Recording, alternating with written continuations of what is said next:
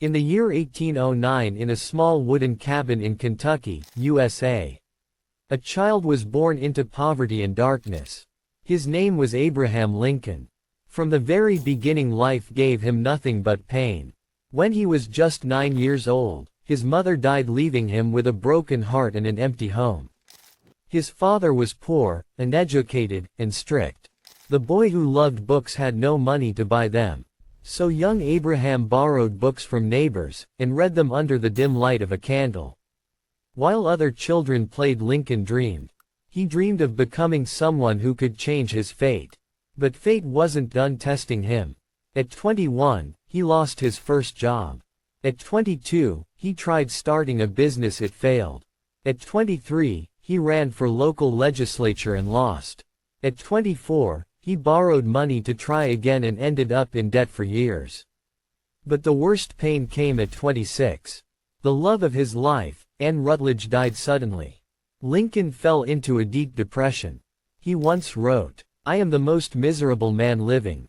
I see no reason to live." At 27, he had a nervous breakdown. Most people would have given up right here.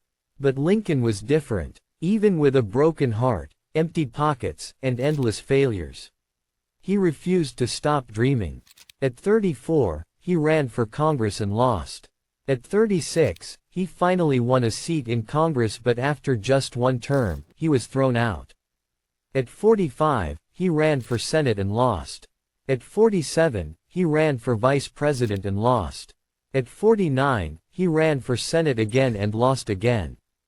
How many times would you keep trying if life broke you again and again?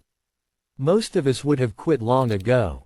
But Abraham Lincoln kept whispering to himself, "My time will come. My time will come." And finally, at the age of 51, after 3 decades of failure, rejection, heartbreak, and humiliation, Abraham Lincoln was elected as the 16th President of the United States. But his hardest battle was yet to come.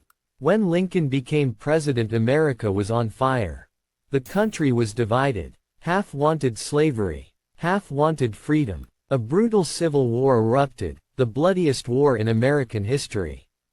People cursed him. Generals doubted him. His own cabinet mocked him. But Lincoln stood firm. He believed one thing: a house divided against itself cannot stand. He fought not with weapons but with courage and conviction. He led his people through war. He signed the Emancipation Proclamation, ending slavery forever. He reunited a broken nation.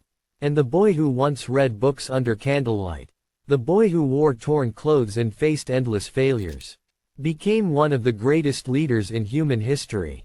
The message for your audience: Abraham Lincoln's story is proof that failure is not the end.